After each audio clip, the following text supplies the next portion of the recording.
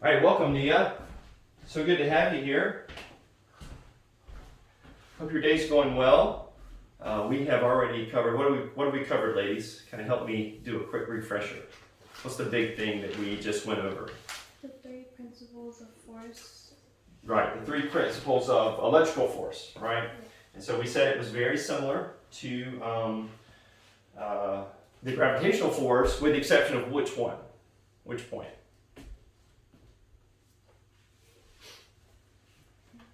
So test to see if you guys are actually listening. I just tried to hypnotize them and get them to pay attention with my little marker here. I said that the force is directly proportional to the strength of the charges. Just like with gravitational force, it's directly proportional to the size of the masses, right? But it's inversely proportional to the square of the distance, right? So the further they get away, the weaker, so the greater the distance, the weaker the force, and vice versa. And that's exactly what we saw with the gravitational force. Same thing is true with electrical, but there was one big key difference between the gravitational force and the electrical force. That first statement, what was different? Electrical charges attract or repel each other. Which part of that is different from the gravitational? The electrical part? Well, the electrical part, yes. But with the repel or attract, what's the case with the gravitational one? It only what? Attracts. It only attracts. The masses are always attracted to one another. But with electrical force, now we have this idea of the reverse could happen. And we did that cool experiment with the balloons, and we saw that, in fact, we could like move that thing all around, right, because those charges were repelling, all right? So why does electromagnetic force happen? Well, it happens because of the exchange of particles that we refer to as photons. Now, there was a theory in the last chapter, which was we had like two theories about the gravitational force. We're not really sure exactly how that works, the gravitational force does. But one of the theories, not Einstein's theory, but the other one, do you guys remember what that theory was called? I forgot. It was right at the end of the chapter.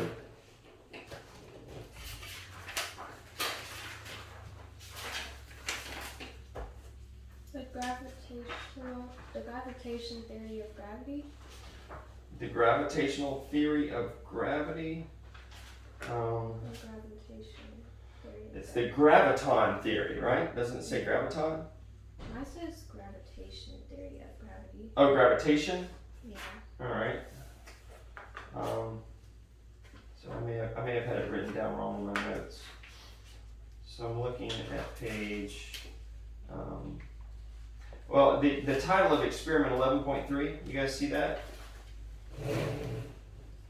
Experiment 11.3 on 276. It is the graviton theory of gravity. So we were rushing last week as we were trying to get that last little bit of information in there. So I may have accidentally written gravitation on there, or maybe you just copied down the wrong thing. But it's supposed to be the graviton theory, and the idea was gravitons. One of the theories says that gravitons are these particles that are exchanged, and it's the exchange of these gravitons that causes the gravitational force. Well, that sounds like this, right? Electromagnetic force is produced by the exchange of particles not called gravitons, but called photons. And so that's why we have the graviton theory, is because this is the way electromagnetic force works. And we're going to see in the next chapter, when we look at the last two forces, that's how they work. And so it sort of makes sense that since gravity is the last of these basic fundamental forces, that it would probably behave the same way. But we've never been able to actually prove it. We can't prove the existence of gravitons, so that's still a theory. And sometimes the graviton theory makes the most sense with experiments that we do. Sometimes Einstein's theory of where space bends, right? Remember that, the way his worked? Sometimes that makes more sense. So we're not sure which one is correct. But anyway, this is the way we've been able to repeatedly see that the electromagnetic force seems to work because of the exchange of these tiny particles that we're going to call photons. Okay? And so a photon is a particle of light, right? It's a small package of light. And so if that's the case, then something that you might be saying you're probably not saying this, but if I start talking about it, you'll be like, oh yeah, I didn't think about that. If electromagnetic force is produced by the exchange of particles called photons, and we just, with the balloon, experienced electromagnetic force, right? Didn't we just, it was those particles repelling one another that shoved the balloon away, or in the case of the tape, attracted it to one another. If it was the exchange of these light particles that was happening as that was going on, why didn't we see any light? I mean, shouldn't the balloons have been glowing or something like that? Maybe there was too much light in here. You guys think if we had done that in a very dimly lit room, that maybe we'd have seen a slight glow around the balloons when we did it? Not really. No, right. It's not. It's not going to happen. Why is that? Any theories on that? Nia, if you're wondering what I'm doing, I'm getting the ink down to the end of my marker. All right. And I'm also, again, hypnotizing. You will stay very alert. Do we see all light? You say no. Can you give me an example of some light that we don't see?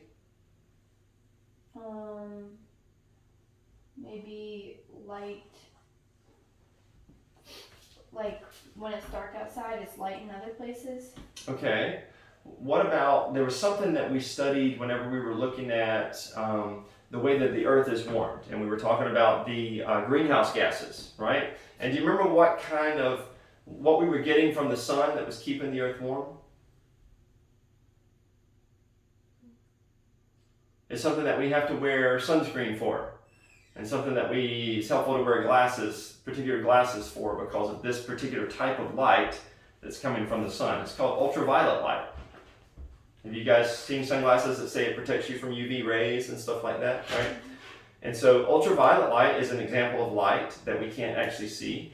If you've got, a lot of the newer remotes don't use this, but the older remotes where you have to actually point it at your TV or at your Roku or whatever it is that you're using, you have to actually point it at it in order for it to work. The reason you had to point it at it is because it was using infrared light. But when I would hit the power button and the TV would magically come on, I didn't see like a beam of light shoot out, right? Because it was infrared light. It was light that I couldn't actually see. And so as it turns out, most of the light that is around us is actually on a part of the light spectrum that we can't perceive with our eyes. And so even though these photons are being exchanged, most of the time the exchange of these photons, it's a wavelength of light that our eyes aren't able to perceive, okay? That's why we don't always see it. Sometimes we do. So what is happening when you burn a candle? The flame that you see from the candle, that's actually the exchange of these photons, but it's being exchanged at a wavelength of light. That's what we call it, a wavelength that we're able to actually perceive with our eyes. Okay, our eyes can only pick up certain wavelengths of light, and that particular wavelength we can see. And so that's why, and the explanation of that's kind of beyond the scope of this course, but you just kind of have to accept it right now. And if you take like a physics class, you'll learn a lot more about that and learn why it actually happens. But all light we see, let me just make this point, all light we see is the result of the exchange of two charged particles.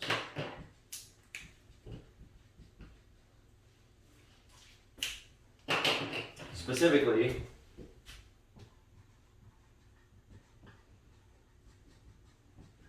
the exchange of photons. So when we see light, when we see that flame, whenever I turn the light switch on in here and the filament inside my incandescent bulb begins to glow and light up, I'm seeing the exchange of these photons. That's actually what's producing the light. And we're going to talk a little bit about that later on, why it is that we see, why it is that the light is produced, what's actually going on there.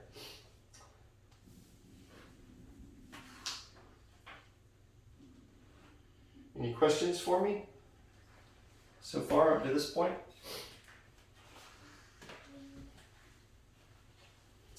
All right, well, let's talk about how objects become electrically charged. And this is where I told you guys that I'm going to let you do a particular experiment at home for extra credit if you want to. Nia, I told them that if you do this experiment at home, it's kind of a cool experiment, but it's a little bit more involved, and we don't have to have time to do it today. You only need the like common household stuff. You need glass and a paper clip that you can bend with some pliers, and you need some tin foil. And what was the other thing you need? Oh, you need like some sort of plastic lid that you can cut a slit in. It's like the top of a butter dish or something like that, butter container or sour cream container, something of that size.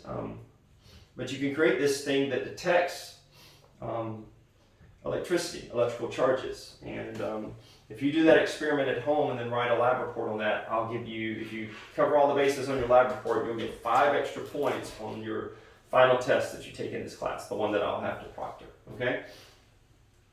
And so that's experiment 12.2.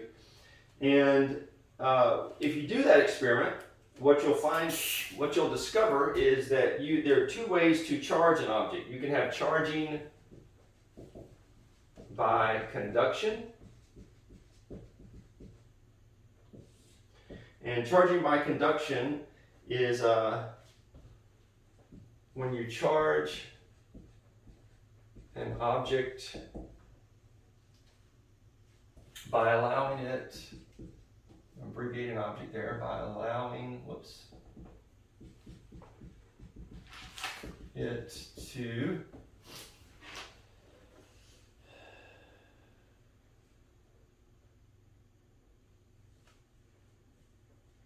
come into contact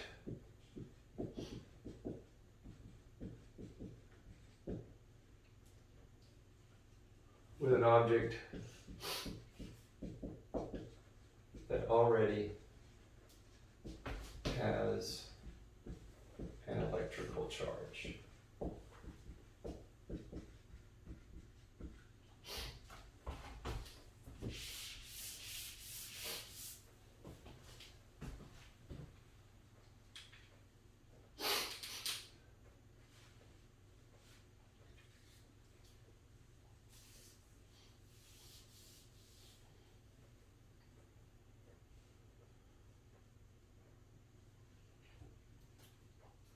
Now, in the case of charging by conduction,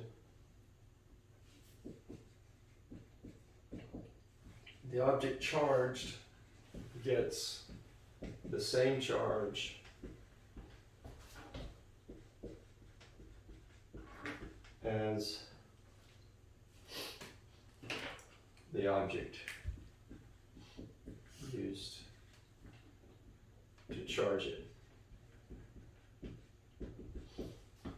So in the case of our balloon earlier, after I rubbed it in my hair and got all the static electricity, if I used it to charge an object by conduction, what would be the charge of the object that we used the balloon to charge? Would it be a positive or negative electrical charge? Can you repeat that?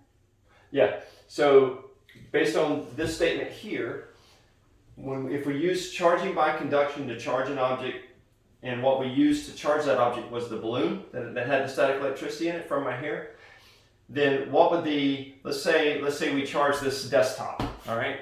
If I charge that desktop using the balloon, and I use charging by conduction, what would be the charge on the desktop when I used the balloon that had the static electricity in it? Would it be positive or negatively charged?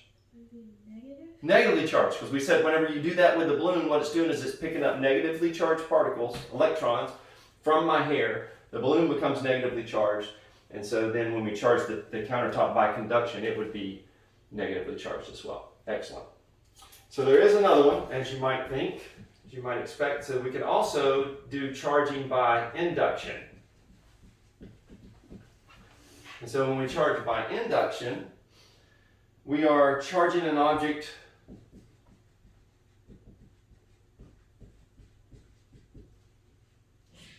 without direct contact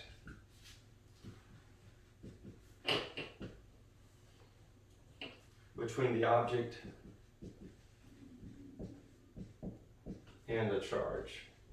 And so when we do it this way, the opposite occurs. The object charged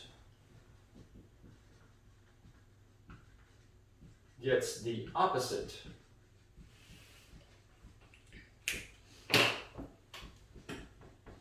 charge of the object used to charge it.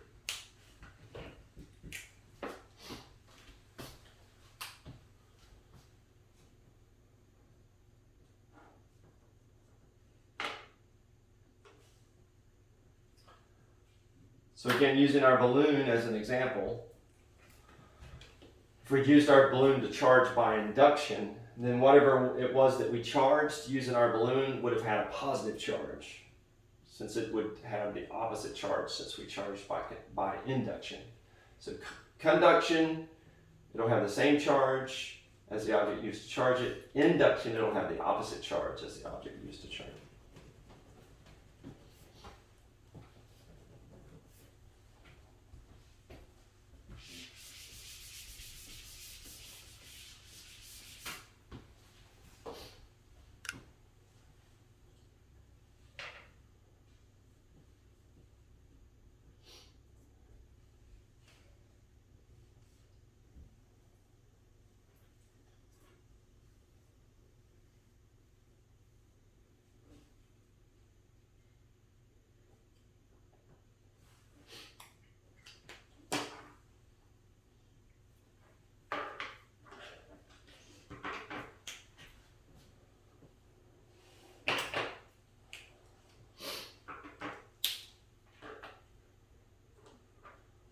These ladies are copying down if you're wondering what's going on. They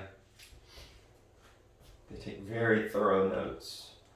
They're like color coded, and sometimes there's nice little smiley faces. You just never know what to expect.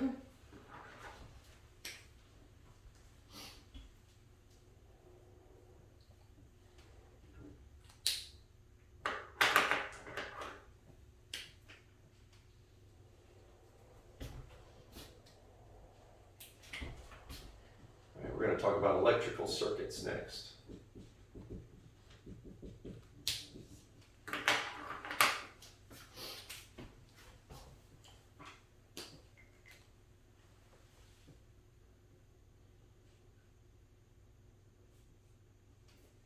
So I'm really curious, Natalie. All of your different color highlighters there. What do the different colors mean to you as you're looking back over your notes? Is it just so your notes will be more pleasant to look at? It's like I've got different colors, or is there actually some logic behind the color that you choose? I mean, I just go in order, just like purple, blue. Okay, green. you just do it in order. I got you. Right. So it's more like, I mean, it is prettier, right? To see the different colors instead of one straight color. I thought maybe in your mind purple meant something different from green or whatever. All right, can we move on to electrical circuits? You guys ready for that? All right. So in electrical circuits, do any of you know what's going on inside? Like if I've got this little, where's my mouse? So this battery right here. I mean, we know because we use these things and we have to put them in devices, and that makes the device work, right? The reason my computer mouse works is because this was inside here. Now that I pulled this out, my computer mouse isn't going to work, right? So we understand that this thing produces power, right? There's some way for this to provide energy in order for the mouse to work, in order for all these other things, to power all types of different devices. But do you know what's going on inside of this battery? Any idea how it actually works, like what's in this little package? Positive and negative charges? It does have, we do see positive, we see a plus side on here, so there's a positive end and there's a negative end. That's true. But what's inside of it that kind of makes the magic happen? Is it, I don't know, a bunch of little, maybe tiny elves that are working constantly? There's somebody in like a little bicycle, right? And it's being converted to power. What's actually happening inside here is a chemical reaction. So there are chemicals in here. That's why, you've heard of battery acid, and sometimes they'll leak, right? It's because there are chemicals inside here, and it's actually what we call a redox reaction. So it's got there's a reduction oxidation process going on, and it does involve acids and bases. And so the end result is the production of electrons. Okay, What is the charge of electrons? We have protons and electrons and neutrons. Neutrons are neutral, but the other two particles we have inside of an atom are electrons and protons. One's positive, one's negative. Which is which? Do you remember? It's the proton or the electron positive? Proton? The proton, yes. If you can always remember positive P, proton P, P's go together, right? Unfortunately, there's no E word I can think of that goes with electron that makes it sound negative. But it's electrons are negative, protons are positive, okay? And so it's actually the flow of electrons that that's what electricity is. It's the flow of electrons. And so this thing is producing the electrons. And so what happens is when you take a piece of metal that connects the two ends together, we provide a path for those electrons to flow, all right? And they're produced by the side of the battery that's the negative side. So for this battery, you can see there's a plus here. They don't normally label the negative side, they just label the positive side. There's a plus right here, so that means electrons are flowing from this side of the battery around to this side of the battery, to the positive side, okay? And so that's how the flow happens. When you complete that electrical circuit, that's how the electrons are flowing, all right? Now when we have a battery like this, there are a couple of ways that we rate this particular battery. Like how do you know which battery to get when you're reading on, you get some new device and you're reading the instructions and it says get this type of battery. Sometimes you'll see AA or AAA, but do you guys remember what we call the rectangular looking batteries? It's kind of square shaped one. They don't have a letter that they're associated with. Do you guys know? No? Something volt battery? Yeah, it's 9 volt, right? So that's a 9 volt battery, all right? And these right here are 1.5 volts, all right? And I think that's right for these. Yeah, 1.5 volts. See, it says right here on the side, it says AA, see 1.5 V? Right, so it's got a voltage rating on there. And so when we talk about voltage, just so that you kind of understand how to think about that, voltage tells you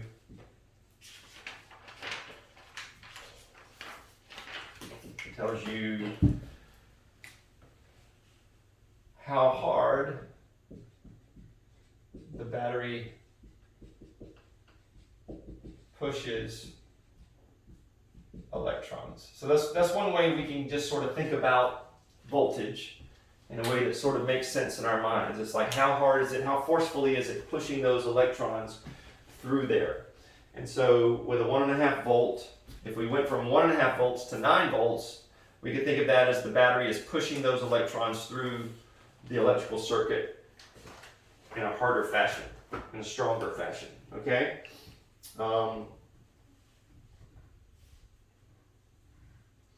But that's not the only thing that matters when you're trying to figure out, well, how big of a battery do I need to power my device? So voltage is important, how hard it's going to push the electrons through there. But another consideration is the number of electrons, the amount of electrons. So when we're trying to determine how big of a device we can power, voltage matters, and then also the amount of electrons matter as well when determining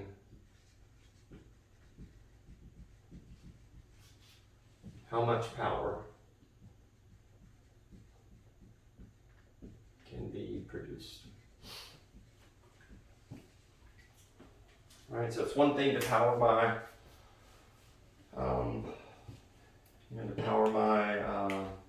calculator. It's another thing to power my vehicle, right? So we have to take those things into account. Voltage matters, and the amount of electrons provided are going to matter.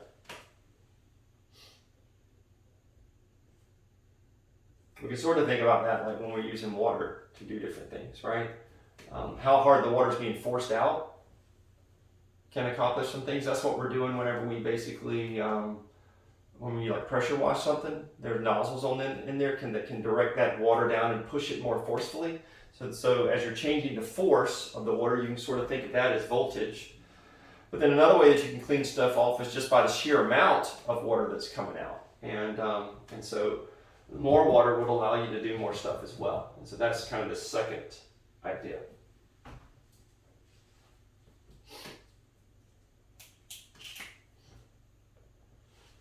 Let's define what an electrical current is. An electrical current is the amount of charge. And again, these ideas are sort of like small, simple ways to think about it, right? Of course, as with any of this stuff, we can dig deeper and it get way more complicated. And if you take a physics electromagnetic class, which was probably the hardest physics of the 3 physics that I had to take, they're going to dig into this in a lot greater detail. So an electrical current is the amount of charge that travels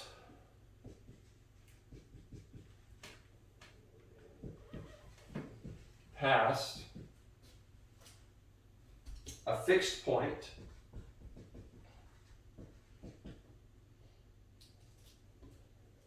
in an electric circuit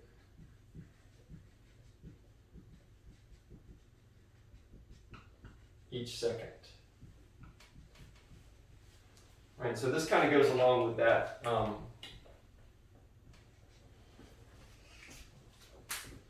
second idea here, right? Voltage is how hard it pushes, the amount of electrons. That's sort of what we're defining here with an electrical current. The amount of charge that travels past a fixed point in an electric circuit each second.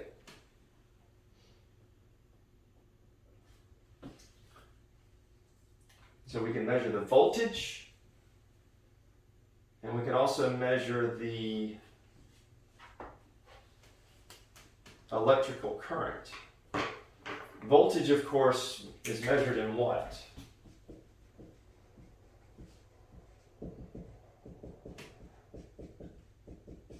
Sort of obvious, measured in volts, right? That's what my battery said, it's 1.5 volts. So we measure voltage in volts. Do you guys know how we measure electrical current? What unit we use for that? No. Can you think of anything else related to electrical stuff that you sometimes see on devices?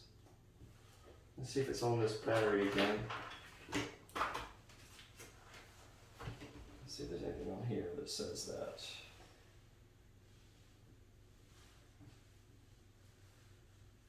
I don't see anything. It'll definitely say it on, like, for example, this charger right here. So here's the volts right here at the end, 2.0 A. Do you know what that stands for? No. Stands for amps, right? Actually, the long word is electrical current. This is measured in amperes. And we generally abbreviate amperes instead of writing it all out. Abbreviated,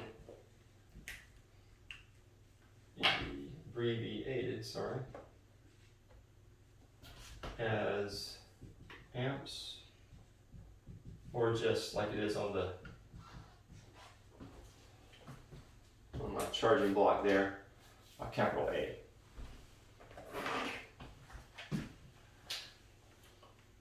And Nia, I'll try to show you this, but you're probably not going to be able to see it. Who knows if that's going to actually focus on that, but that's got both volts and amps listed on there.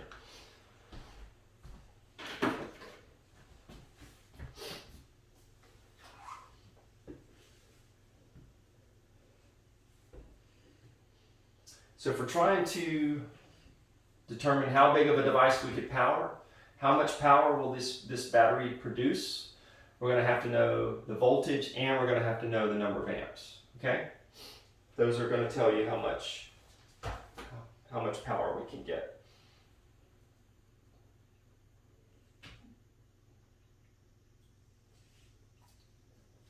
So let me make this point just, and this is an important point because I'm almost positive that it was reading this chapter that led my oldest son when he was about, I don't know, probably around your age, 13 or 14 years old, to decide that he could take the that he could take our can opener and run some paper clips from the end of the can opener cable, and then plug that into the outlet in the wall. And like they said, fire shot out of the outlet in the wall, and that outlet's never worked since then. And so that was really dangerous. He could have really hurt himself. And so I just want to make this point. Either of these things can make the amount of power really dangerous, right? So power can be dangerous if either voltage or current is high. So you could be dealing with something that's got a low voltage but has a really high current. And that's the case with your battery in the car. Your car battery is only 12 volts. So it's not really much more power than those little 9-volt batteries. And not much more voltage than those 9-volt batteries. What's dangerous with your car battery when you turn the ignition is the amount of amps that are flowing through it, and that's what could hurt you on a car. And then you could have other scenarios where the amp rating is really low, but the voltage is really high, and that's equally dangerous. So just don't play around with this stuff. Don't do things like my son did and think, oh, I've read chapter 12 in the book, so I can start toying around with my wall outlet and see what happens. It's dangerous. It can severely injure you. It can even kill you, right? If that current runs through your heart, it can stop your heart, and people die by that. So not something to play around with. We want to make sure we stress that.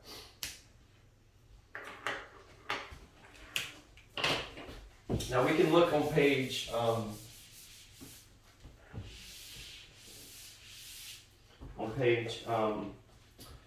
297 in the book. And if we look there, we'll see a picture of an electrical circuit.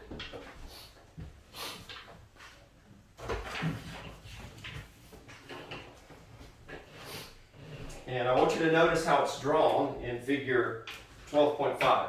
Looks like this.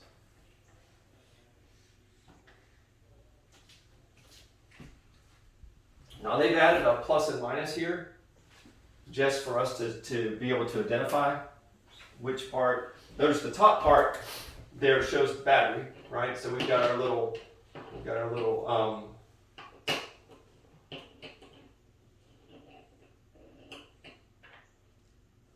copper top battery like I have here, and we've got our wire running like this, and this is the positive side of the battery, that's the negative side of the battery.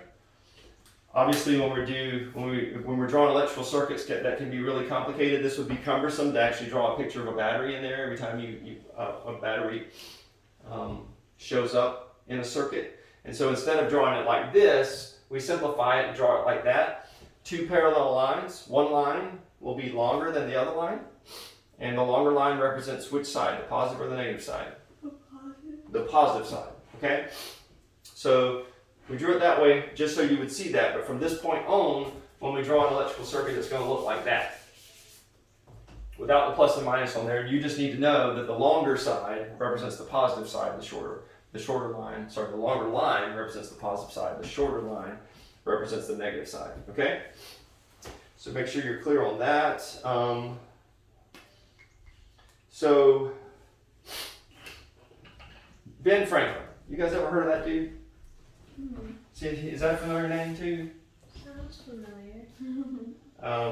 He sounds familiar, all right? He is considered one of the founding fathers. So like along with George Washington and Thomas Jefferson and guys like that, right? People that end up on our coins, on our money, on our bills. Benjamin Franklin is on the $20 bill, maybe? If I had a $20 bill, I'd look and see. I don't think he's on any of our coins, but he's not the common coins. But he's on one of the bills. I think it's the 20. But anyway, we can thank Ben Franklin. Have you guys ever seen the movie National Treasure? No? Mhm. Really? Oh, it's a good movie. So National Treasure kind of they're trying to. There's this. It's kind of based on this idea, fictional story, that there's a map on the back of the Declaration of Independence that shows you where this huge repository of treasures and all is that the founding fathers knew about and hid it so that nobody could find it. And so there are clues left on various things related to the founding fathers, including our money and the back of the Declaration of Independence, and you could find this national treasure, as it's called. Anyway, they make the point on there that we can thank Ben Franklin for being the guy that first suggested daylight savings time. So the fact that we have to, twice a year worry about springing forward or falling back because we lose or gain an hour, Ben Franklin suggested that. But he was a well-known scientist, actually. He did a lot of different experiments. And one of the places that he did a lot of experiments and was world-renowned for was in the area of electricity. So he did a lot. So you've never seen the picture with like Ben Franklin with the kite and the key, right? So that was Ben Franklin that did that, right? And out in the lightning storm. And so he did a lot of experiments that way. And he was very well respected. Well, but the reality is, as far as electricity goes, we started building stuff that used electricity before we really understood how electricity works. Like this electromagnetic force that we're talking about today, they were already building devices to use electricity before they really could explain how the electromagnetic force works, okay? And so they could do experiments and they could produce electricity, but they didn't really understand the details behind how it happens, right? It's kind of like God making it a mystery as far as the creation of life, right? We understand the processes that are involved in life, but we can't just from scratch create a plant or create a human, right? It's a mysterious process that we can learn a lot about, but we can't reproduce the creation part of it. And so there were just things that we didn't know. Well, Ben Franklin, when he started studying this stuff, the way that what he said was happening is that the way that the electrical current works and the path of electrical current is, he drew it this way. He said that the current goes from the positive end, these particles go from the positive end to the negative end, all right? We hadn't discovered protons yet. We didn't know about all of that. And he just said there are particles that travel along this electrical wire from the positive terminal to the negative terminal. And so that became the convention, right? And so, like I said, we were still discovering things. We were still learning things about it. But we were building stuff that used electricity. And so there were all these diagrams of electrical circuits, like this really simple one here, that were drawn with the arrow going this way. Well, we now know that electricity is the flow of negatively charged particles, specifically electrons, and that on a battery, it's this negative terminal that's producing those negative charges. And the negative charges, therefore, are going from the negative terminal in this direction to the positive terminal. So it's really the reverse of the way that it's drawn in electrical circuits. But because so many circuit diagrams were drawn this way, still today we draw it like this. We say that we consider this to be the flow of the current. And so this is called what we call conventional current.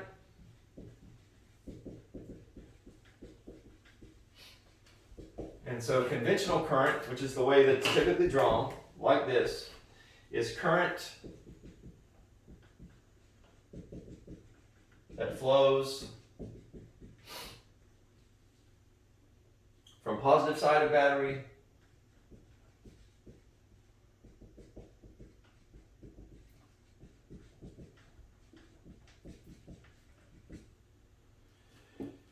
to the negative side.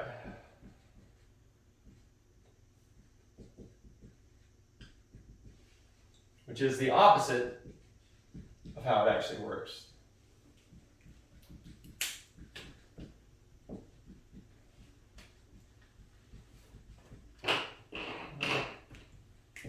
Thank you, Ben Franklin. All these hundreds of years later, right? How old is our nation? When was the Declaration of Independence signed? Do you guys remember that famous year? I have to remember the date. 1776, yeah. Right. So we're over 200 years old, right, as a nation. So for over 200 years, we've been dealing with this. We've been writing it the wrong way just because it was initially written the wrong way. I don't want to be too hard on Ben, right? There were things we hadn't discovered at the time, but it's just funny to me that that something like that from that long ago, even though we know it's incorrect now, that's still how we do it, just because so many old circuits were written that way. It's like you think, wouldn't it be helpful to just say, okay, we're not going to write any more electrical diagrams with the current flow in the wrong direction. We're going to do it the right way. But I guess there's just so much old stuff that you still have to read. You have to be able to identify which is the new and which is the old. All right, so does that make sense? Conventional current and why it's written the wrong way? You guys clear on that? All right, let's talk about resistance. So materials will resist the flow of charge. And so when we talk about resistance, that's what that is. Resistance is the ability of a material to impede, that is, hinder or prevent the flow of charge.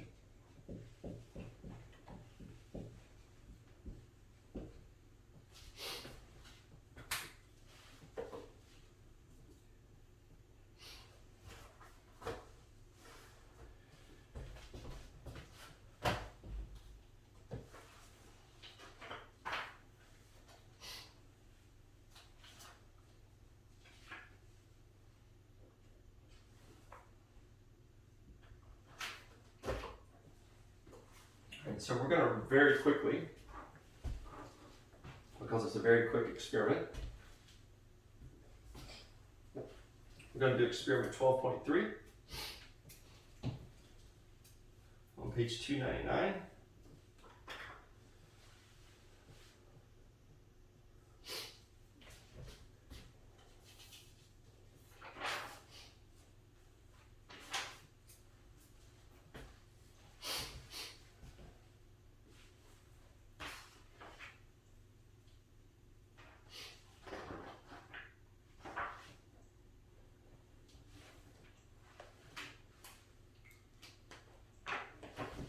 Sure, our camera's still going strong. I forgot to check my space. Yep, we're still recording.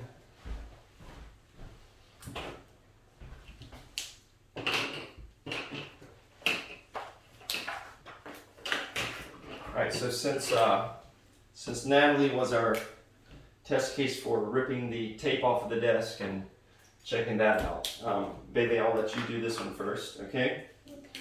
So this is experiment 299. And we will use our goggles here to make sure that we're being safe. There's you some without the line in it. Normally, some. Still, this is a super safe experiment because the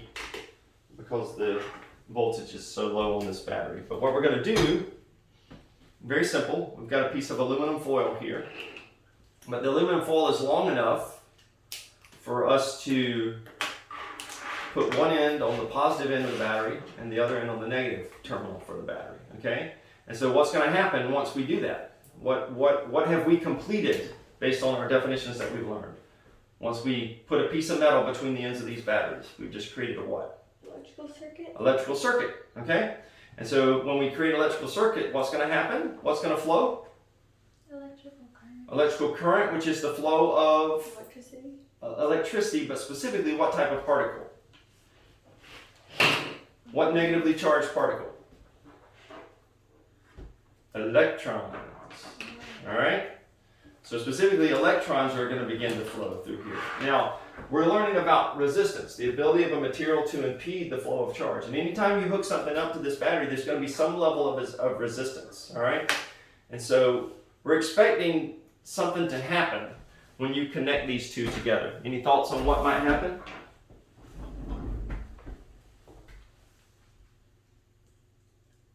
As the electrons flow through there? let's talk a little bit what's going to happen as the electrons flow through. So the electrons are negatively charged particles. This is a piece of aluminum foil. Aluminum is an element, you'll find it on the periodic table. Should be in the front of your book. I don't know, I can't remember what number aluminum is. You could look real quick. Natalie, look at that for us. So look for Al in the very front of your book in the periodic table. Do you see aluminum? 13. Is it 13? Mm-hmm. Okay, so that means aluminum has 13 protons and 13 electrons. All right. So we're going to have electrons that flow through this aluminum, but this aluminum, little strip of aluminum foil, is actually full of electrons that are in the aluminum atoms that are in there. Okay. And so what's going to happen is that as the electrons flow out of the battery from this side to the other side, those electrons that are coming from the battery are going to be colliding into the electrons that are already in the aluminum foil. And every time those collisions happen, energy is going to be created. All right. And if you guys if one of you ran as hard as you could into the other guy, isn't there going to be some energy involved in that, right? Well, the other person's probably going to go flying, right? Or depending how tough the person is that you hit, maybe you go flying in the reverse direction when you bump into them, right? But energy's going to be created, and we're going to perceive that energy. How? Any idea what you're going to experience when you put this together? It's going to heat up. It's going to heat up, yeah. So you're going to feel it get a little bit warm, right? The energy is going to manifest itself through heat. And that's typically when energy is created, typically we'll have heat or we'll have light, or sometimes we have both of those, heat and light, all right? But let's put it together and see if you can tell that it gets a little bit warm. Now, I'll confess this battery's a little bit older, so we may not feel the heat. I may have to go get a fresh battery if we don't. So you're just going to pinch it together, holding it in one hand. You're going to pinch both sides together and then see if you feel it get a little bit warm, all right? Did you feel it right away? Yeah. Really? Okay, let's see. It got hot pretty fast.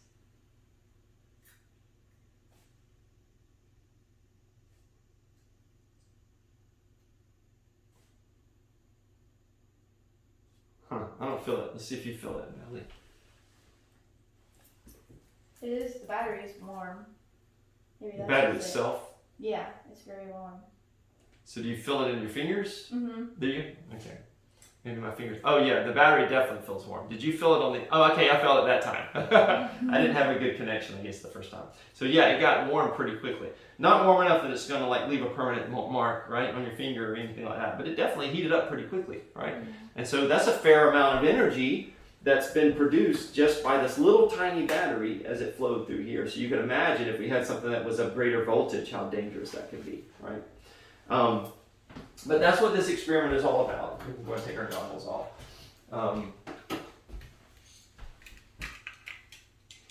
So the reason that energy was created is because there was some resistance to the flow of those electrons. In other words, the electrons coming out of the battery were colliding into the electrons in the tin, or in the aluminum, sorry, and it was producing energy. And so we're able to use that energy to power devices. That's how that works. So resistance is the ability of a material to impede the flow of a charge. There are a couple of things that will affect resistance. The type of material affects resistance.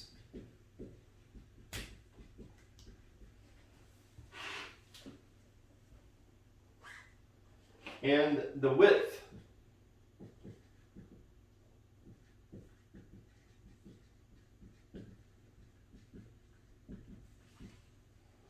affects resistance as well. So both the size and the type. So when we're talking about metals, some metals do a far better job of conducting electricity than other metals do. And even metals that conduct it well, if you make a wider piece of metal, that gives more opportunity for the electrons coming from your power source to flow through that metal and not collide into existing electrons. And so the resistance can be lowered if the metal if the piece of metal is wider.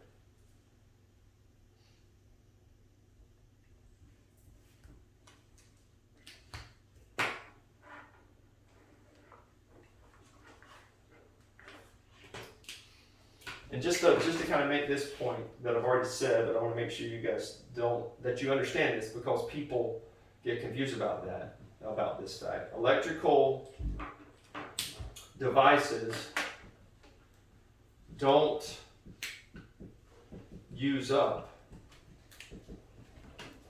electrons. Right? The reason that device has power and works is not because it's consuming electrons like we might consume food. Right? It's not using up the electrons.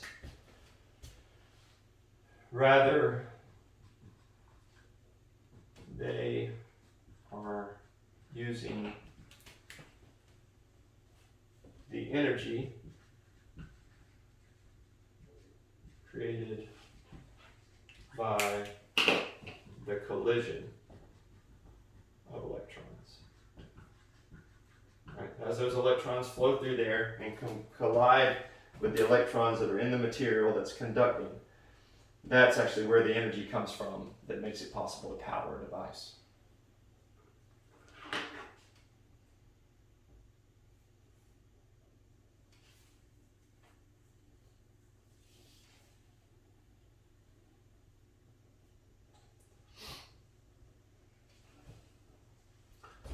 All right, so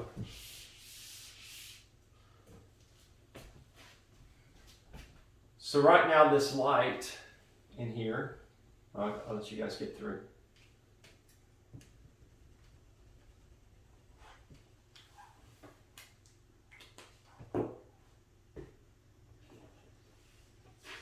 Right now we've got a light and a fan running, right?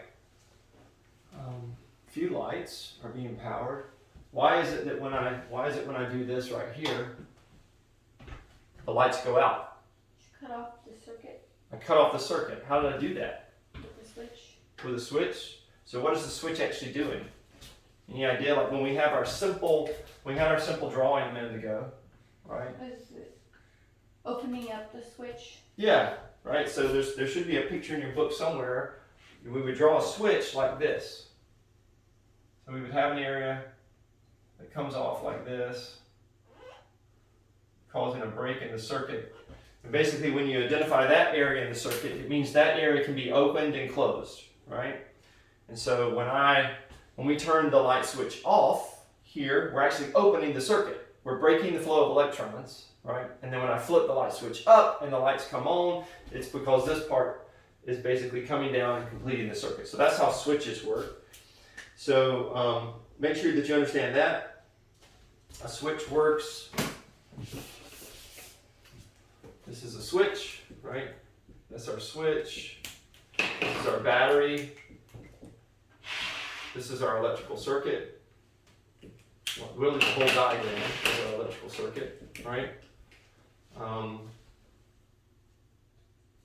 And so a switch works by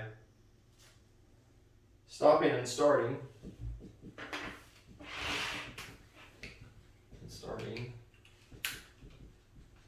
the flow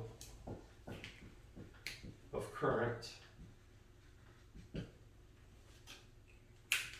by opening and closing, whoops, not closing, closing the circuit.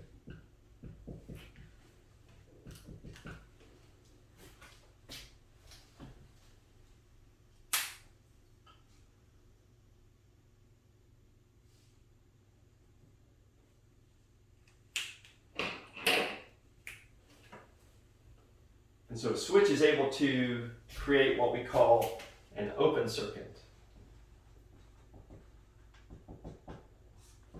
An open circuit is a circuit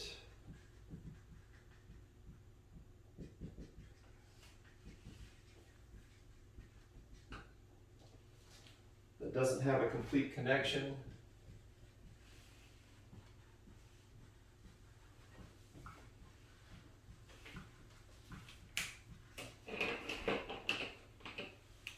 between the two sides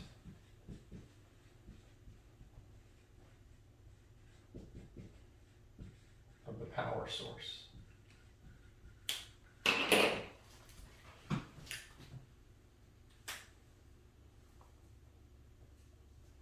And so, as a result,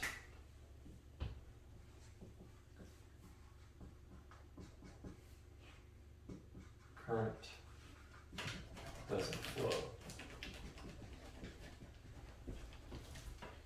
When you open the circuit, the current won't flow.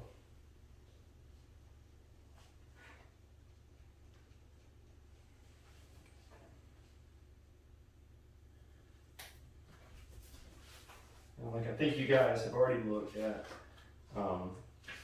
page 303 has a picture of that. Switch is open, the light goes off, the switch is closed. Have an open circuit, the light is off. You close the circuit using a switch and the light comes on.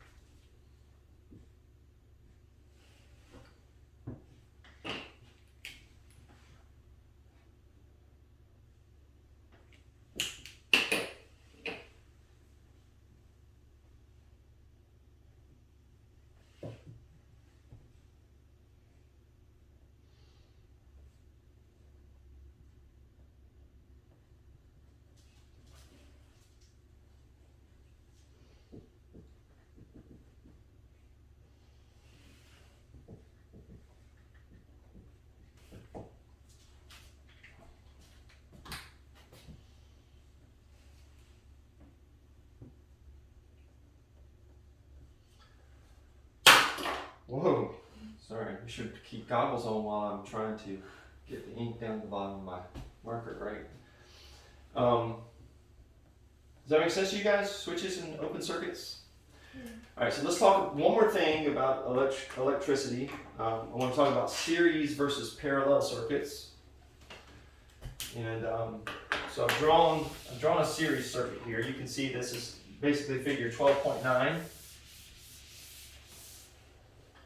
All right, and the way that our light bulbs work is that electricity flows from our power source into this light bulb. Right, there's a wire inside the light bulb where the electricity will go to that light bulb, and then it'll come on here to the next light bulb, flow through that light bulb, and come around. At least the way that it's drawn in this series circuit. Well, since these guys are in series, what's going to happen if one of my light bulbs blow? So the wire right there that's connecting from this side of the wire to the other side of the wire, what's going to happen to this light bulb once this light bulb blows? It's going to go out too, right? Even though there's nothing wrong with this light bulb, the wire is still intact inside there. But because this wire broke and we've got one path that goes all the way through here, right? Then all the light bulbs go off. Well, that's not the way, though, that something like the light in here is going to work, right? If one of those lights blows, do we expect all the lights to go out? No, we can always tell which light bulb is blown, right? And the reason that works is because instead of connecting the bulbs in series, you can connect the bulbs in parallel. And so when you connect them in parallel, you've got this scenario. So here's the light bulb right here. Comes like that, and then if we want to connect another light bulb, we do it in parallel like this, right? And so now, if this light bulb blows, right, my current still has a closed path whereby I can get to the other one, right? Here, there's no closed path. The only path it can take has an opening in it, so it can't get through. But here, it can still go around this way and power this light bulb and come back to the other. And which way am I drawing the current? Is that am I doing it as conventional current or the way that it actually works? The way that I was doing the motion, I was saying it was flowing like this. Is that conventional current or truly the way current flows? Which side is this? Is this the positive or the negative side of the battery terminal? Positive. That's the positive, right? This is the negative. And so the way that current actually flows is these negative particles come from the negative side and travel to the positive side. So that's the way it actually goes. But I was doing it like this, which is the way it always looks in our electrical diagrams. That's what we call conventional current, even though it's incorrect. All right. But anyway, this is a parallel circuit. And so that's the distinction between parallel circuits and series circuits. For series circuits, if one of the devices fails,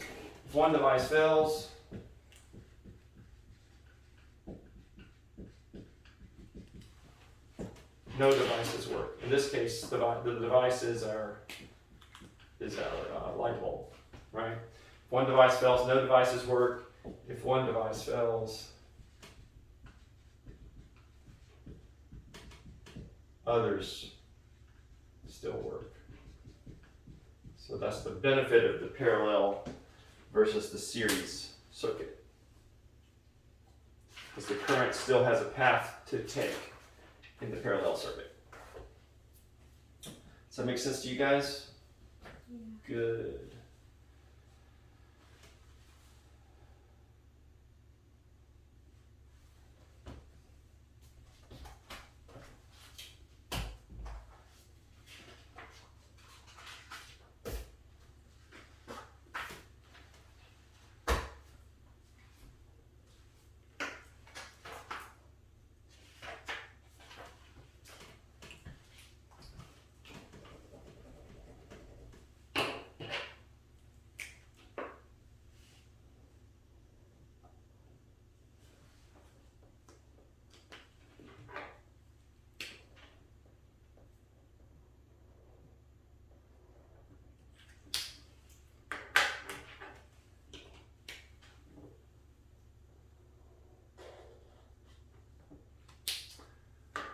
Natalie opted to not draw the pictures, which is fine.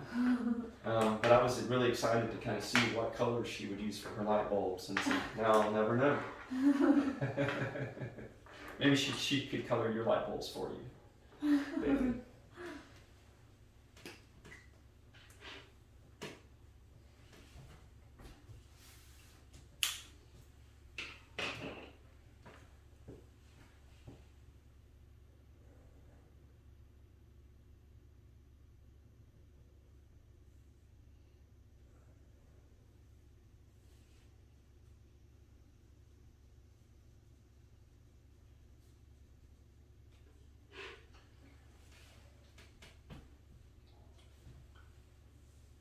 Oh, now she's drawing. She's like, you know what, that would be cool.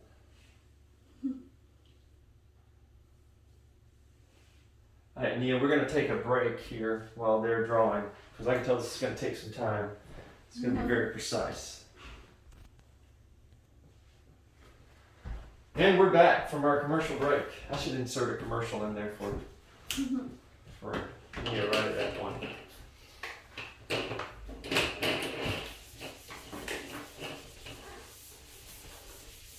All right, so let's talk about magnetism.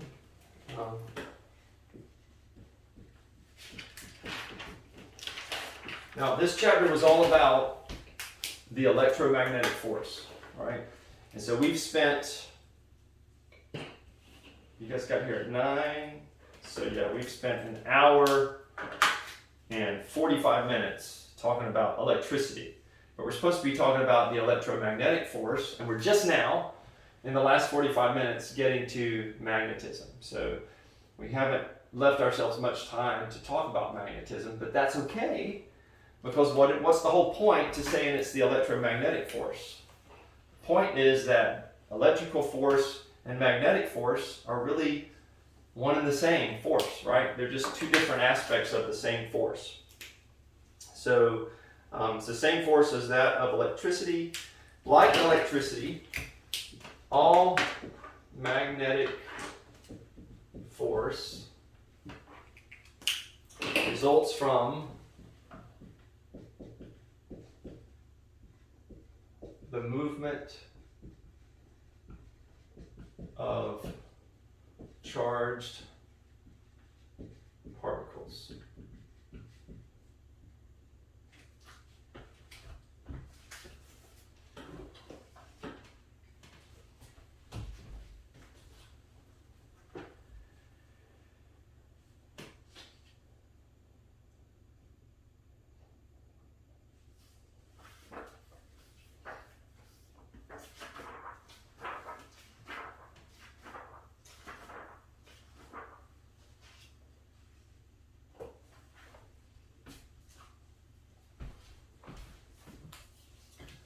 So I can't remember why we didn't get to do, something happened with Module 6 when we were going through it. I don't remember. I just know we didn't actually take a test on Module 6. We just took a quiz. I don't remember why that was. Do you guys remember? Did we have to instead of having an actual class, maybe you guys just read it on your own and went through that? Because we don't have a lab for 6 either. And so I think that's what happened. I think we didn't actually meet. We were trying to stay on track, and for whatever reason, we decided you were going to read it on your own, and I was just going to quiz you guys on that. But one of the cool experiments in Module 6 is where you take an iron nail and you magnetize that iron nail. So if you look, hold your place in your book and go back to page 140.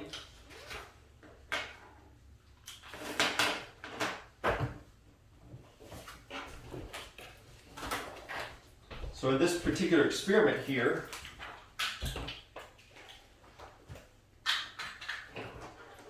you take this iron nail that is not magnetized, and you just use a battery like the AA that we just use. You could use batteries that are a little bit bigger. C or D batteries will work as well. But you basically magnetize the nail. You make it where the nail will be magnetic, and you'll be able to pick up things with the nail. And the way that you do that, notice how it works. You take insulated wire and you twist it around the iron nail, right? And then you apply an electrical current. And it causes the nail to become magnetized. And so we can just see from this experiment right here that there's clearly some sort of connection between electricity and magnetism, right? Because the nail wasn't magnetized before. And after you ran that current around the nail like that, it becomes magnetic. And so the chapter that we're on now allows us to elaborate on that a little bit.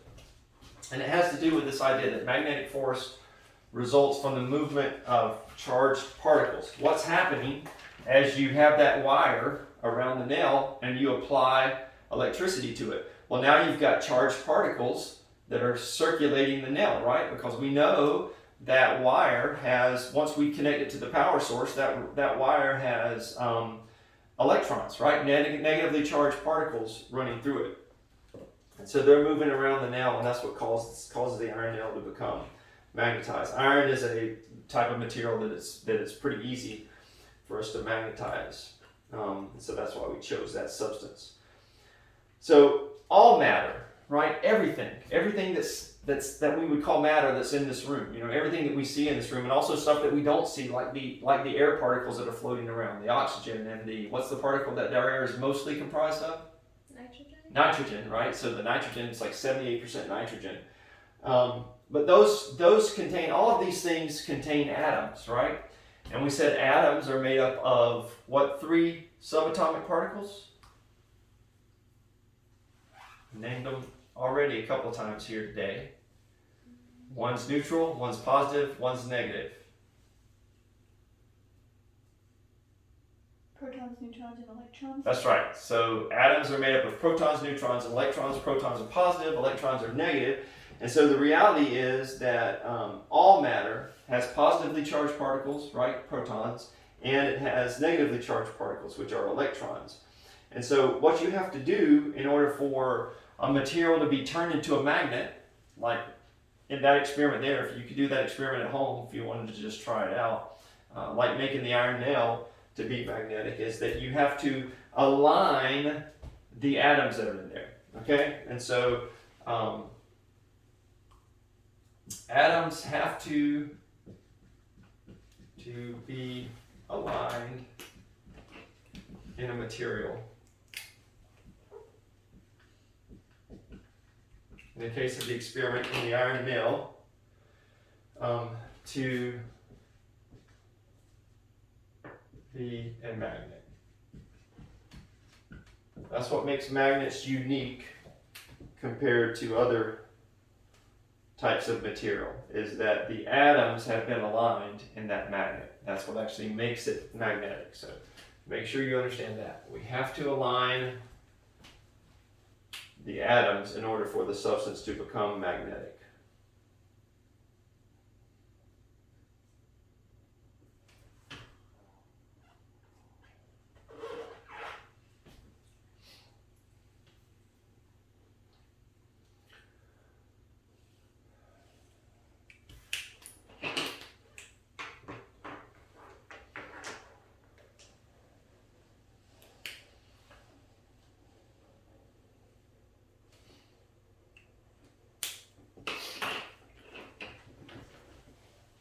So some substances you simply can't do this with.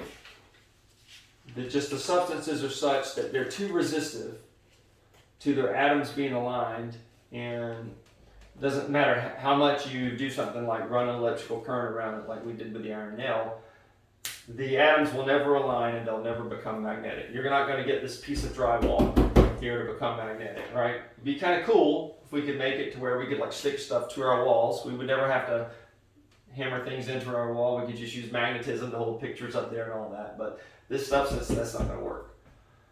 So some substances are just too resistant, but other substances like iron work very well as far as becoming magnets. And so like in the experiment, you just run a little bit of electricity through it and you'll see that it becomes magnetized. But if you only do that for a little bit, over time, that magnetism is going to wear off. Over time, the atoms are going to begin to move around in a random fashion again and won't remain aligned, and so it'll lose its magnetism.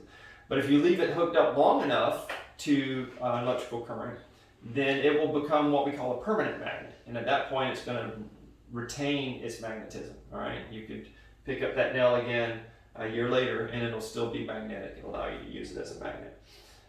So let's talk about permanent magnets. Any questions about this, the aligning of atoms and how that process works? Do you see how it's kind of similar to electricity? What is electricity? Electricity is like a directed flow of electrons, right? All of those electrons are moving in an aligned stream. That's the way electricity works. Similarly, magnetic force are atoms aligned lined up with one another so that they can become magnetized. So you see the relationship between that and electricity? Electricity is electrons lined up, atoms are lined up in order for a material to become a magnet, which includes the aligning of electrons, all right? So permanent magnets.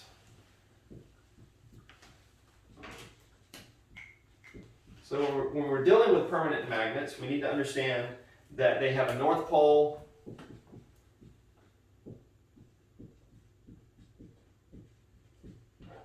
and a south pole.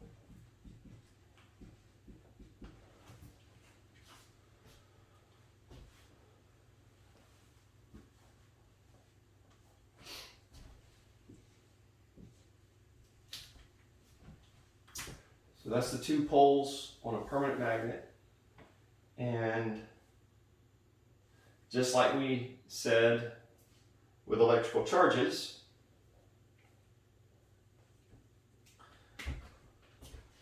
like magnetic poles, I'm gonna let you guys finish that once you get there.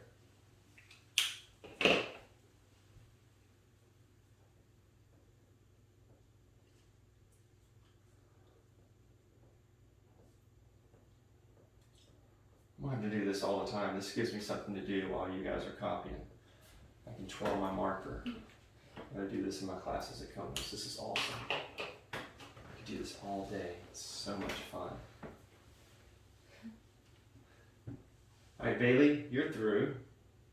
Based on what we know about electrical charges, where you have positive and negative charges, If magnets have north and south poles, what do you think will happen with like magnetic poles Light magnetic poles. versus opposite magnetic poles?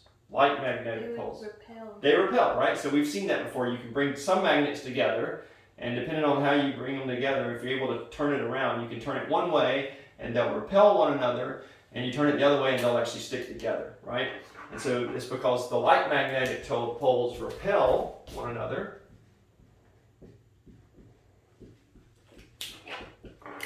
and opposite poles attract. Opposite poles attract one another.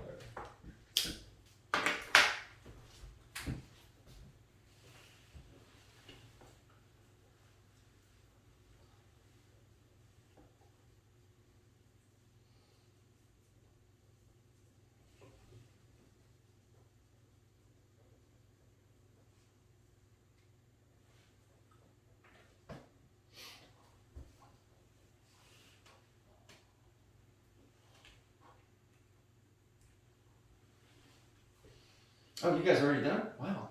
What happened? You guys are never that fast. Like magnetic poles repel one another and opposite poles attract. Magnets are dipoles.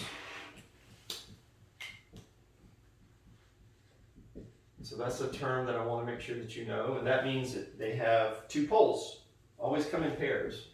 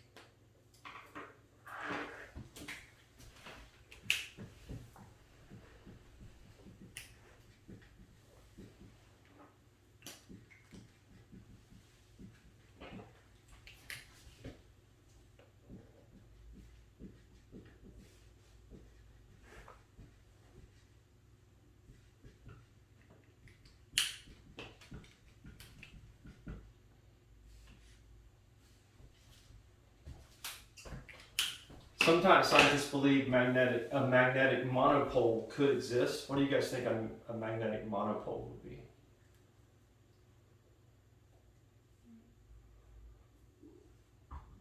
You guys ever played the game Monopoly?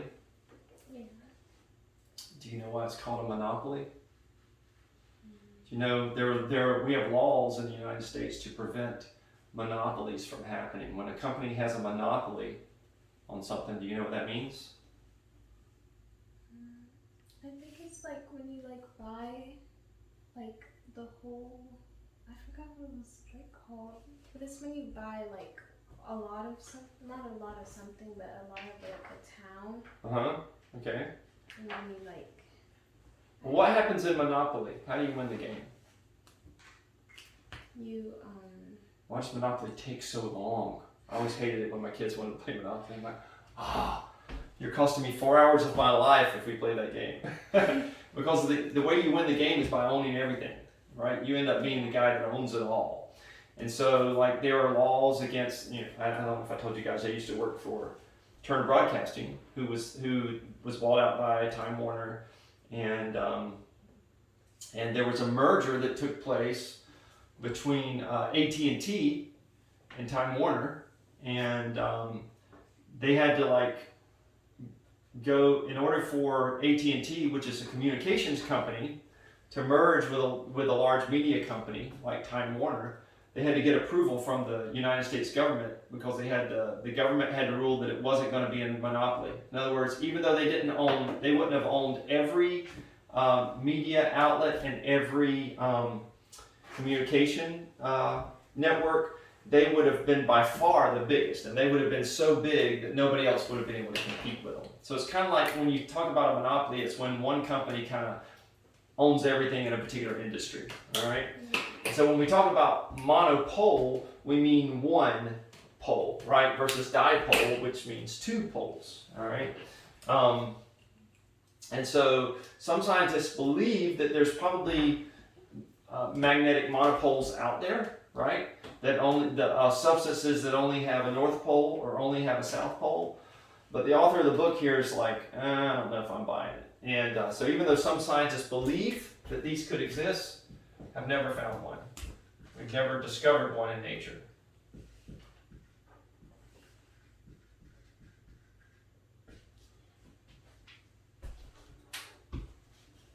So we can't say dogmatically that they don't exist, but our experience, what I'm about to show you, our experience tells us that it seems unlikely. So if we have a bar magnet,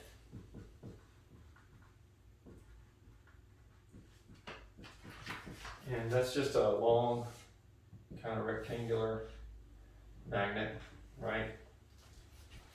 And there's actually a picture of one similar to this in the book on page 306. So he's got this bar magnet that he labels. I'll tell you what, I never get to do this. You guys, Natalie's always playing around with those colorful highlighters, and I feel kind of left out. So here we go. I'm gonna label this my north side. So I'm gonna color it in blue. Of course, not as precise and as pretty as Natalie's highlighting is, but still, it's colorful. And then I'm going to color this side red. So there's my bar magnet.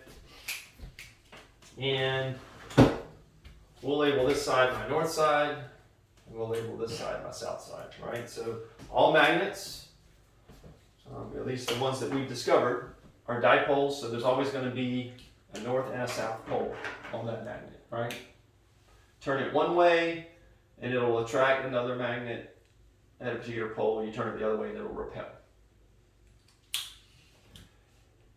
And so, based on the way that we've drawn this, right, sort of what you look at there. Look at how pretty that is. Just can't do that. What if they make dry erase highlighters? Never seen that. That would be kind of cool.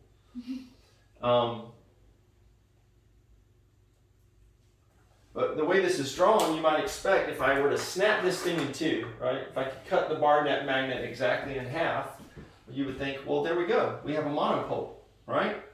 Just cut it in half, and we've got just one that's totally north, and we've got this side over here now that's totally south. So we've got two monopoles. But the interesting thing that happens with magnets is when you do that,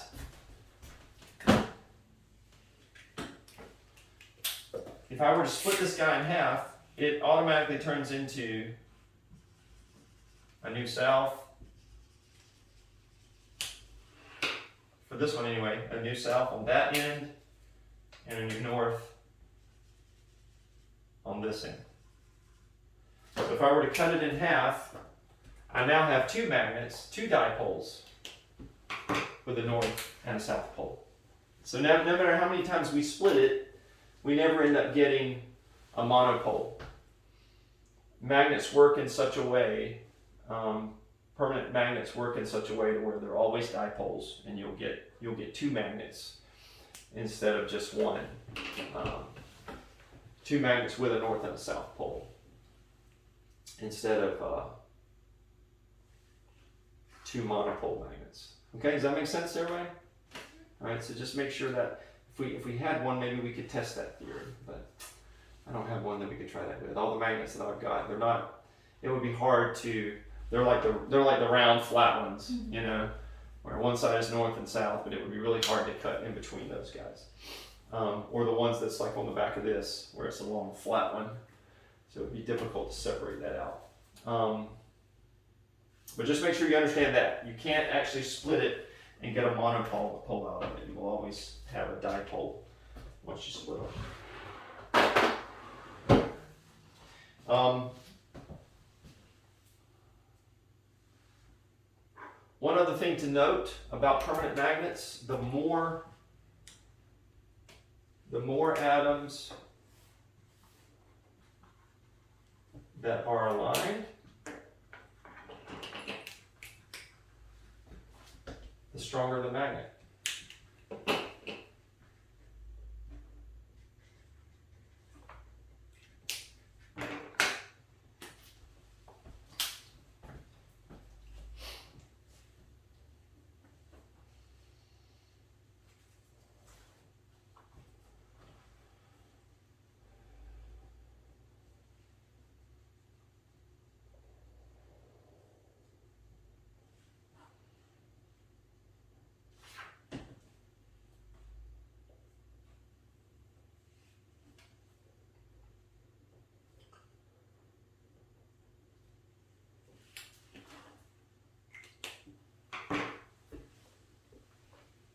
So that's kind of like what we would see when we're talking about the iron nail, right? If we just ran the electricity for just a little bit, it'll pick up some magnetism, but it'll eventually fizzle out and won't remain magnetic. And you'll notice that it's maybe not magnetic everywhere. Maybe it picks up stronger in some places than others, and it's because not all the atoms are aligned. If we left the electricity running around that iron nail long enough, it'll become much stronger because more of the atoms become aligned. Okay? A couple more things, and we'll be done with talking about magnetism, and you guys can go home, assuming you have a ride. You guys are going somewhere, right, Natalie? Yeah, we're going to Alabama. Alabama? Mm-hmm. To like a lake or something, or? We're going to visit my dad's parents. Oh, his parents are there. Okay, gotcha. A lot of people around here go to a lake in Alabama. Can't remember what the name of the lake is though. There's West Point, so there's the lake there in Georgia. What's the big one in Alabama? Can't remember.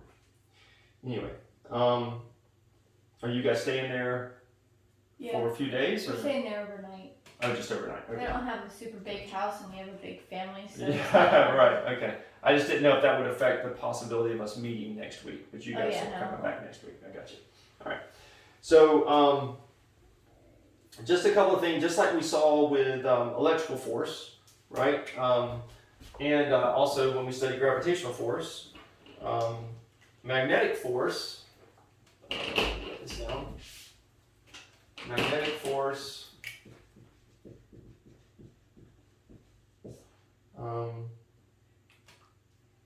is directly proportional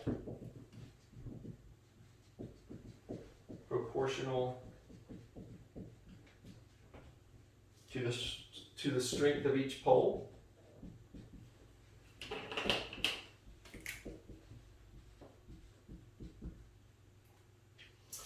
Again, this should seem familiar, right? With the gravitational force, the force is directly proportional to the mass of each object. And we saw with electrical force that the strength of the force is directly proportional to the electrical charge of each object. So, especially since electrical force and magnetic force are two manifestations of the same force that we call the electromagnetic force, it would make sense that this would be true. And then also, we can say that it is inversely proportional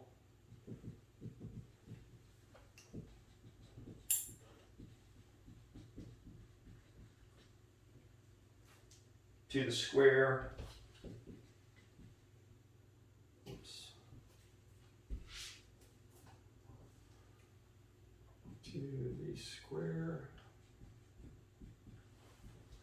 of the distance between the poles.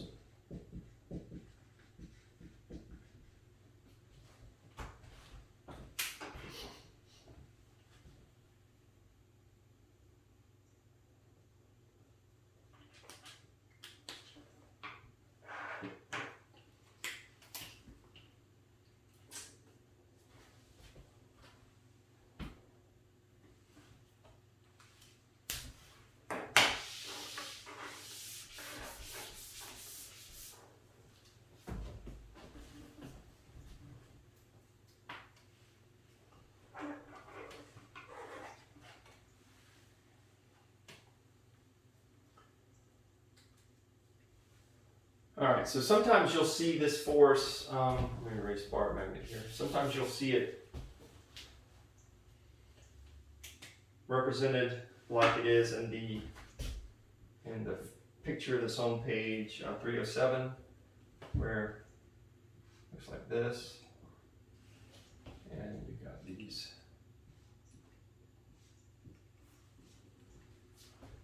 And the really cool part is where you've got these lines that do like this.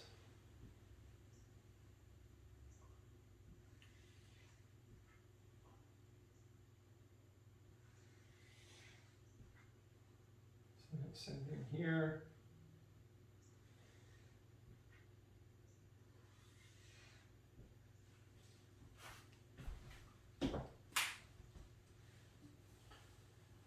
And we call these magnetic field lines.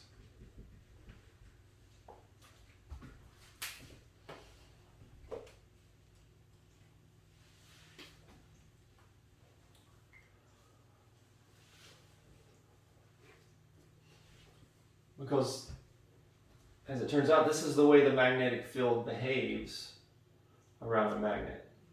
So,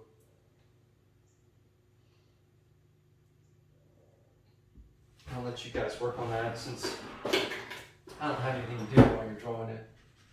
I'm gonna change my N and my S to blue and red, just so they'll be a little more exciting and match the end that they're related to. Look there, it's beautiful. I missed my calling. I should have been an artist.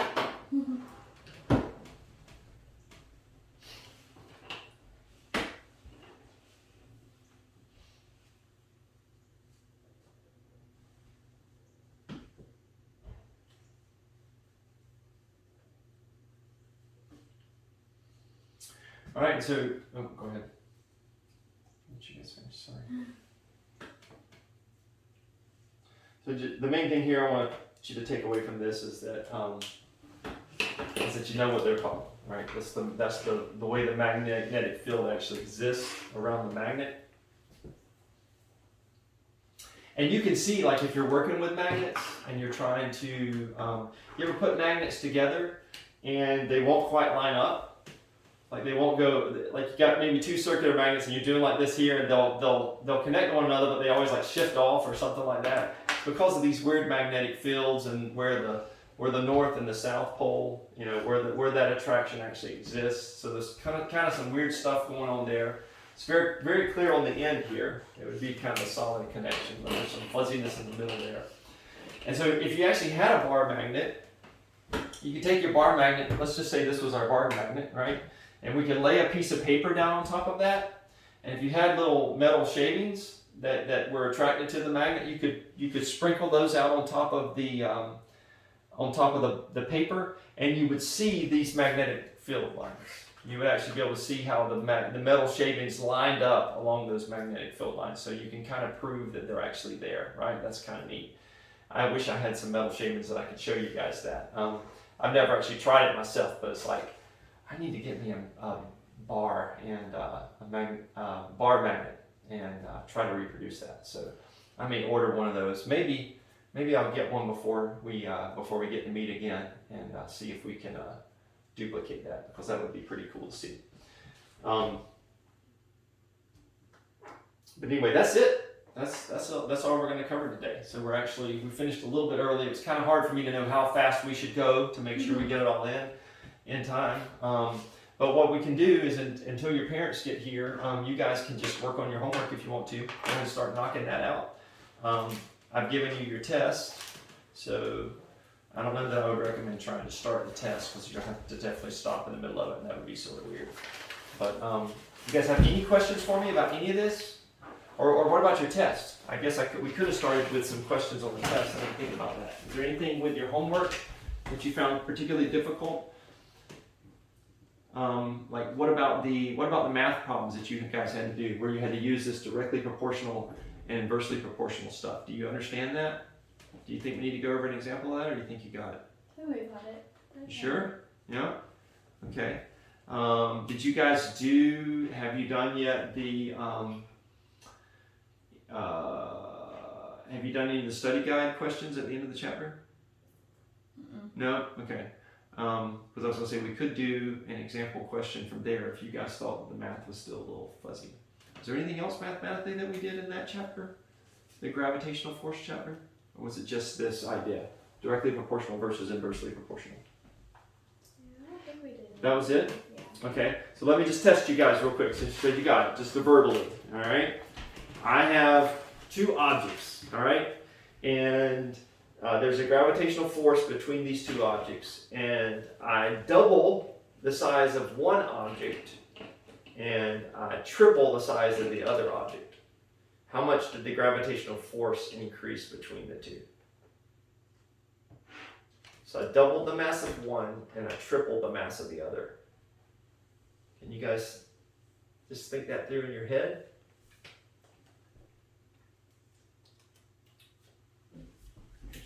Here's the original force. What happened when I doubled one of the masses?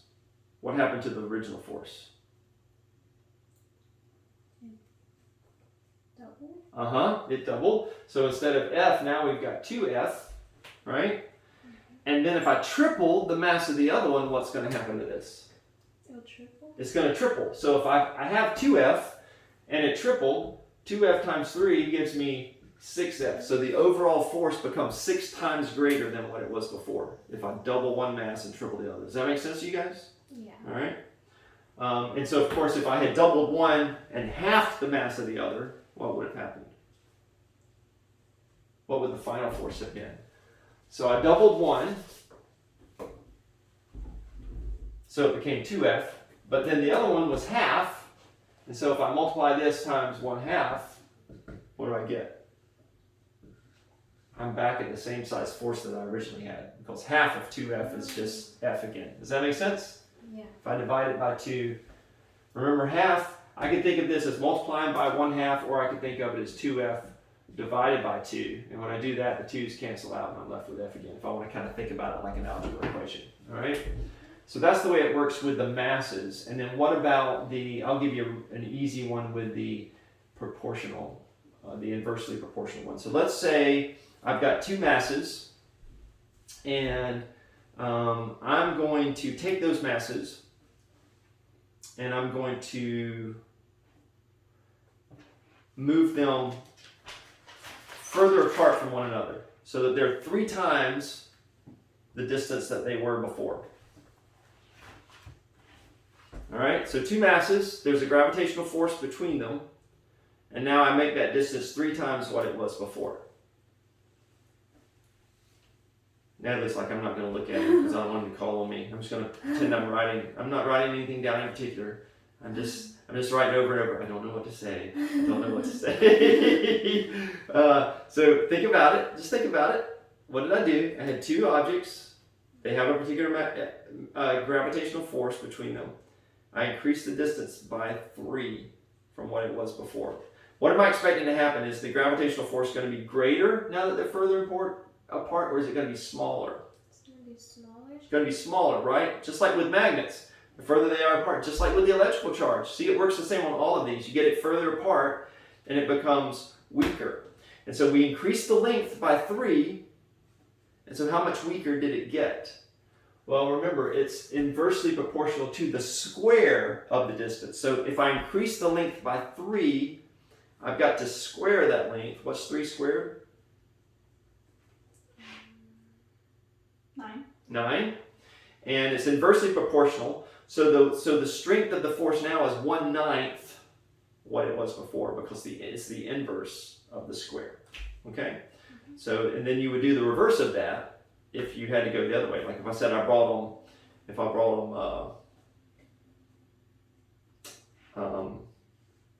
closer instead of further away, then you're going to have to take the square root and flip it over. All right? Like if I said the reverse would be, I said I brought the two objects 1/9. I reduced the distance, the original distance, by 1/9, And so how much stronger is the force? And this force would be stronger by a factor of 3 because the square root of 9 is 3. And so, or that means it would be 1/3, and then you flip that and you get 3. So it increases by a factor of 3. So anyway, just want to make sure you guys got those. Those are the ones that to me could be the most confusing of those math problems. All right. So we're basically out of time. No other questions? You guys got it? All right. Cool. So you're welcome, like I said, welcome to work on your homework if you want to. I'll stop this recording.